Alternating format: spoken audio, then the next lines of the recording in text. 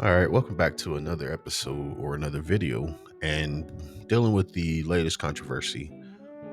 What is going on with Sony? That's a question that seems to be the hot topic for 2025. We got the Nintendo Switch 2 announcement, and I think they missed out on the opportunity to call it the Super Nintendo Switch. Anyway, Sony has canceled two unannounced live service games. Can we just take a step back and think, why is Sony pushing for these live service games? I get why, but multiplayer has never been Sony's strong suit. And I don't know why they think trying to move into that market works for them when, if you look at Sony's history, single player games is truly what's been their market. Now, it's neither here or there if you want to go on if Sony's the one producing these games. That's an argument to have. Manhunt, Rockstar, and so on and so on. Spider-Man games, you know, stuff like that is what really can be the nitpick of the argument. And I get it, if you are a fanboy of Sony, you probably would back every game saying if it wasn't on PlayStation, it wouldn't be great. And if you're an Xbox fan, you'll probably be saying, well, Sony's never actually produced a really good game. So everything is taken with a grain of salt. But God of War is a staple to Sony's platform. But they were thinking of making a live service game for that. Now, I'll be the first one to say, I wasn't a big fan of the God of War series when it was more of a hack and slash. Well, technically it still is, but I wasn't a fan of it when it had the asymmetric almost look. I did like 3, but when it became a sort of a third person cover shooter style, that's when I more so got into looking at this game. 2018 God of War was awesome to me. The storyline was perfect to me. Just the transition of seeing Kratos go from this angry, half human, half god, a demigod, to this man who's tired, and now he has to figure out how to transition from being this angry guy to being a more understanding father. Those type of storylines are always awesome, and it fits, I guess, more of today's time, where God of War 1, 2, 3, it was all about revenge. I get it. It was awesome for the most part. But what the hell was Sony going to do with this live service game? How was it going to transition? How do you go from telling a good story, a great story, to wanting to do live service? That just doesn't seem accurate. We lost. Hell, Sony was going to make a live service Spider-Man game, a Spider-Man online game.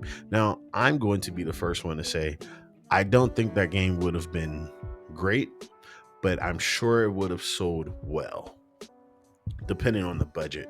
Spider-Man 2, I believe, finally just caught up to its budget, but I don't know. These live service games just seem to not be a thing for them. Concord was another thing that came and went. They were thinking of doing a live service for Naughty Dog's Last of Us.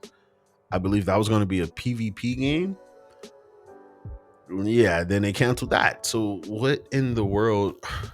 Why is Sony thinking, let's go out of our market?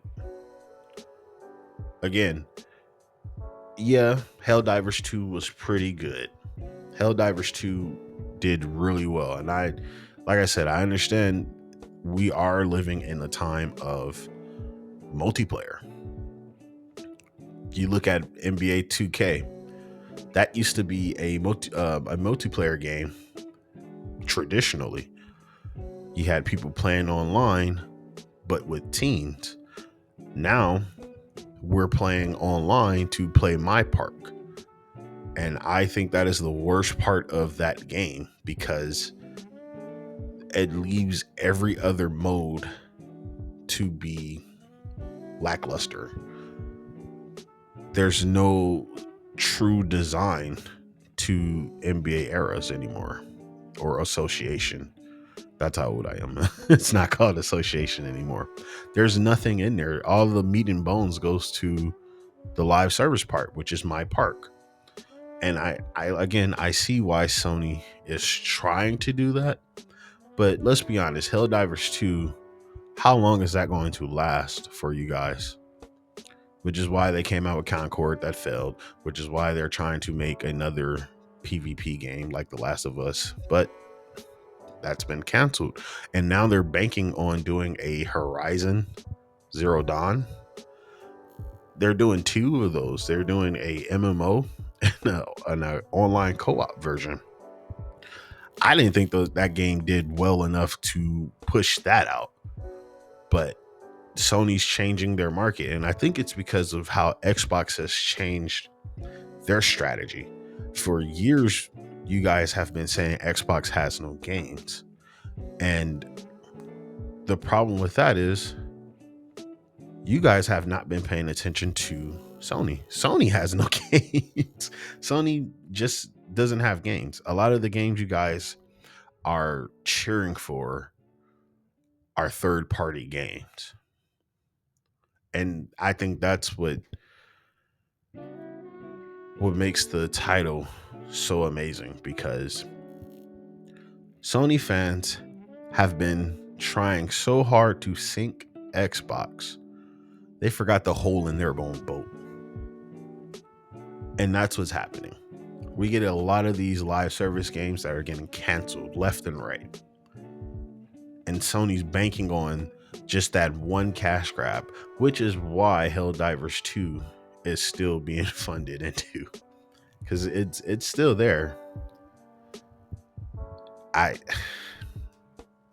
don't know. I think Sony needs to go back to what made them successful. Start looking into getting better single player games.